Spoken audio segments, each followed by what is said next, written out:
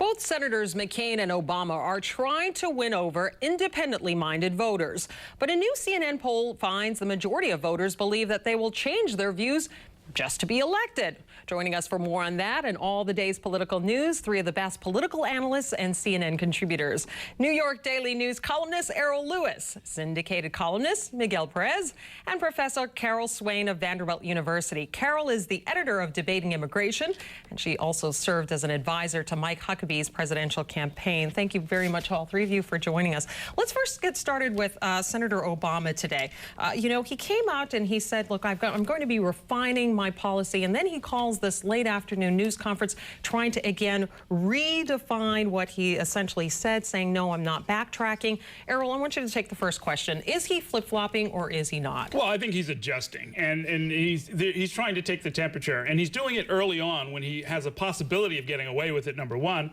I think also, though, what we're going to find is with him, more so than people might expect, and certainly more so than with John Kerry 4 years ago, people like him because of who he is. So he's going to get a lot of leeway. I think his base is going to cut him. Know who he is. I think his base is going to cut him a lot of slack. I think they like him because he's young. I think they like him because he's not a career Washington politician. As many policy wonks found, Joe Biden, Hillary Clinton, ultimately. No, Carol has a good point. I mean, there are a lot of people that say, Obama, who is this guy? Carol? It worries me because at least with Senator Clinton and with Senator McCain, you knew pretty much what you were going to get, the status quo. With Senator Obama, I don't know who he is. I don't know if there's anything that he is willing to, is there a principle that he's not willing to compromise? I don't know that. I don't know him. But you're not an undecided voter. I mean, that's not who we're talking about. No, wait a minute. Right? I'm not supporting any of the candidates. Right. I am an undecided voter. And if he and Senator McCain, if they're going to flip-flop, I wish they would flip in my direction on the immigration issue and stay put. I wish they wouldn't flip in her direction on the immigration issue. Okay, let's stick to Iraq for a moment. Miguel, do you think that we are seeing sort of a shifting of the goalpost All here? along, I've been saying on this program for months now that the Democrats are not going to be able to keep the promises they've made about how fast they're going to pull out of Iraq. And I'm surprised, frankly, to see Senator Obama proving me right so soon. I thought he'd wait until he got elected, but he is proving me right. He is flip-flopping. Now, what Senator Obama is saying, and we have some sound on this that I would like to run, he was asked the question this afternoon if he would pledge to not change the 16-month timetable if elected. Let's listen into what he had to say. Here's what I can tell you, that I will bring our troops out at a pace of 1 to 2 brigades per month, and at that pace we will have our combat troops out in 16 months. That is what I intend to do as President of the United States. You know, a number of voters, though, despite what everyone says, and really it's what the voters say that really counts and what matters here, a number of voters, though, believe that both candidates have flip-flopped and will change their mind and change their opinion on these issues for political reasons. We have some numbers up. This is a new CNN opinion research poll of registered voters showing 61% believe McCain and 59% believe Obama changed their minds on issues for political reasons. So what does this mean for both candidates who are trying to appeal to independent-minded voters? Errol? In some ways, I'm not entirely sure, especially this early in the process, why people would think that's a bad thing. I mean, if the idea behind politics is supposed to be give and take between the voters and the candidates, and presumably you're trying to persuade him, as we saw earlier in the broadcast, that people are trying, even on Obama's own website, trying to persuade him to go this way or that way on one bill or another. I mean, do you want them to listen or do you not want them to listen? But we know the danger with that. Go ahead, Carol. It's very problematic because he won the nomination over Senator Clinton, a person that had more experience, had really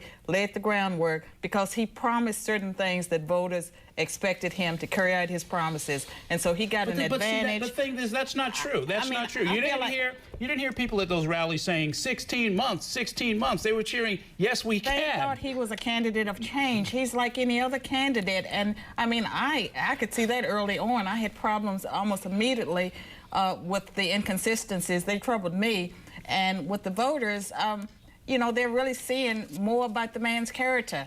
They're seeing more about Senator McCain's character. I don't know how we ended up with the candidates we did. Maybe it's the candidates, when they mean change their views on these issues. But go ahead, Miguel Perez. What do you think? Look, you know, he on campaign finance, he flip-flopped. He flip-flopped on the gun ban in Washington, D.C. You know, I mean, I was so shocked when I heard that he was trying to justify the Supreme Court decision. I expected him to condemn the Supreme Court decision. All of these things are shocking now, so soon, after all of this stuff that we've heard during the primaries. You know, it really is. But, you know, we have to also give credit to McCain. McCain has flip-flopped, especially on immigration. And for that reason, I think he's going to lose a lot of Hispanic voters because he's gone much further to the right on immigration than he should have. But I mean, he hasn't gone further enough to the right because he's not where the American people are. But in the case of Senator McCain, I think that given his experience, that he had practical reasons. The American people want something done about immigration.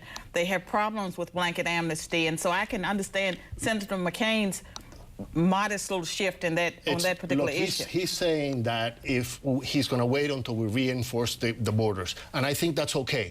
If he goes 1 inch further than that, he's going to lose the entire Hispanic vote, and he will not be president of the United States. He needs to catch up with the American people. Errol, I want you to jump in. Latinos are part of the American people. Yeah, and a lot of Latinos are not in favor of amnesty, that they too want the laws enforced. So I am not in favor of amnesty. I am in favor of legalization. No, and neither do you. No, I don't. I just speak for me. Legalization is the way to go. And even McCain recognizes that. Everybody recognizes that. You're the one who's out of the... Okay, Miguel, we're going to have to stop right there. We're going to go to a quick break, but we are going to have so much more with our panel. It's just getting fun right now. And we'll have a new push to have American flags made right here in the United States. We'll have a story on that. Stay with us.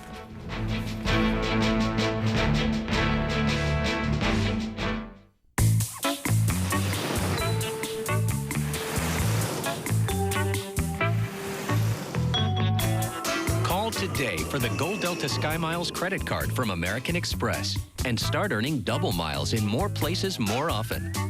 Apply now and get up to 20,000 bonus miles. With award tickets starting at just 25,000 miles, you can fly free sooner. Plus, the annual fee is waived for the first year. Call 1-800-SKY-MILES.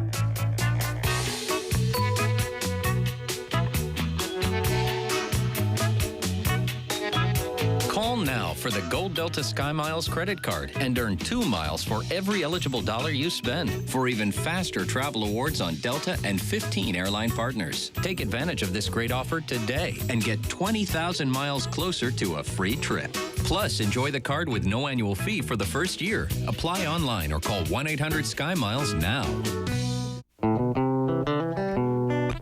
In February 2009, TV stations will broadcast exclusively in digital.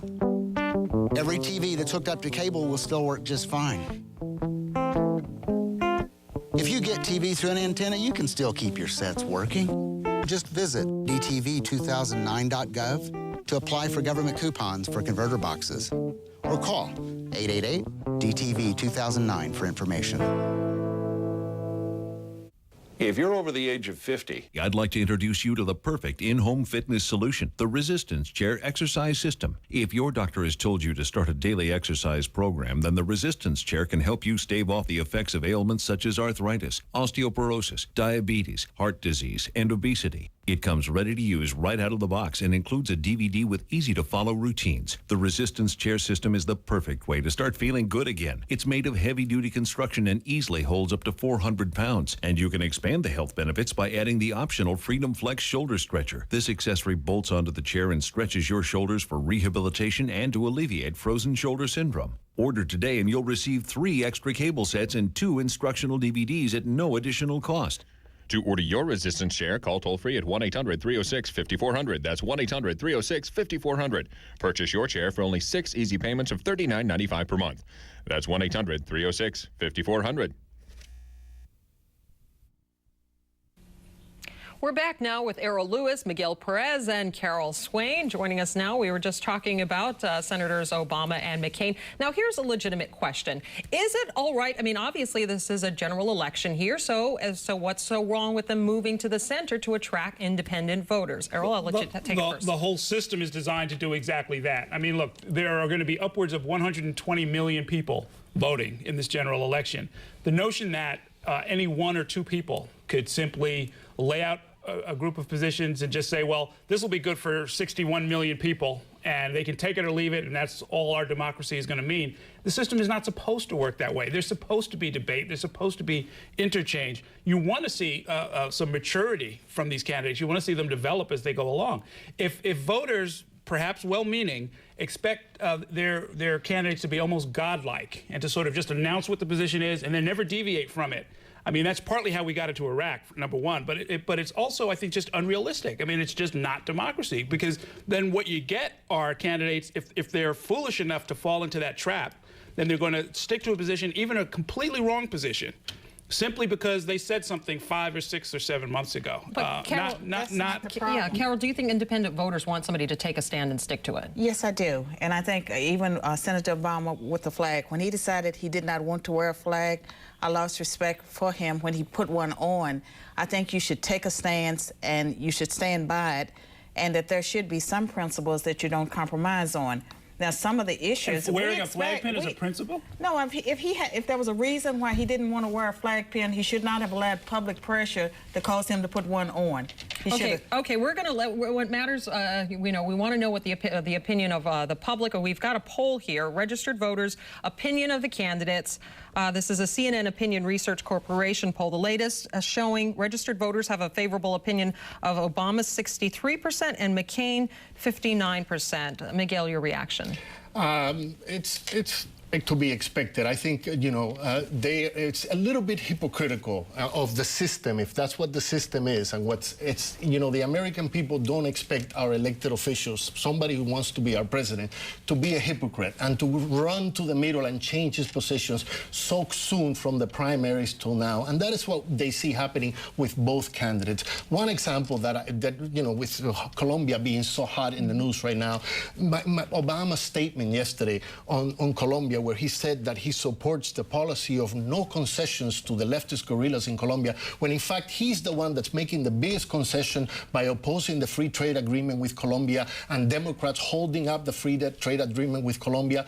I hope he opens his eyes and realizes that President Uribe of Colombia and what has happened in Colombia yesterday, this is the only friend we have in Latin America, the strongest friend we have. We cannot turn our back on that country right now, and that's what the Democrats want to do. You know, though, that we just saw the jobs report, the job numbers, 62,000 people who have lost their jobs. So there are many people who would take issue that these free trade agreements are good for our country. Errol? Well, I mean, that's right. And that's one of the substantive issues that is going to get debated. Now, here again, if people are going to announce up front that they're going to be impervious to any facts, any forecasts, any developments in this economy or the global economy, then yeah, fine. They'll lock into a position. They'll be perfectly consistent. And God help us if they actually get into office, not having examined any of the facts, any of the trends, or any of the possibilities. I mean, oil, the oil shocks, the changes in oil, the soaring food prices, the fact that there could be instability in the Middle East that changes energy all over again,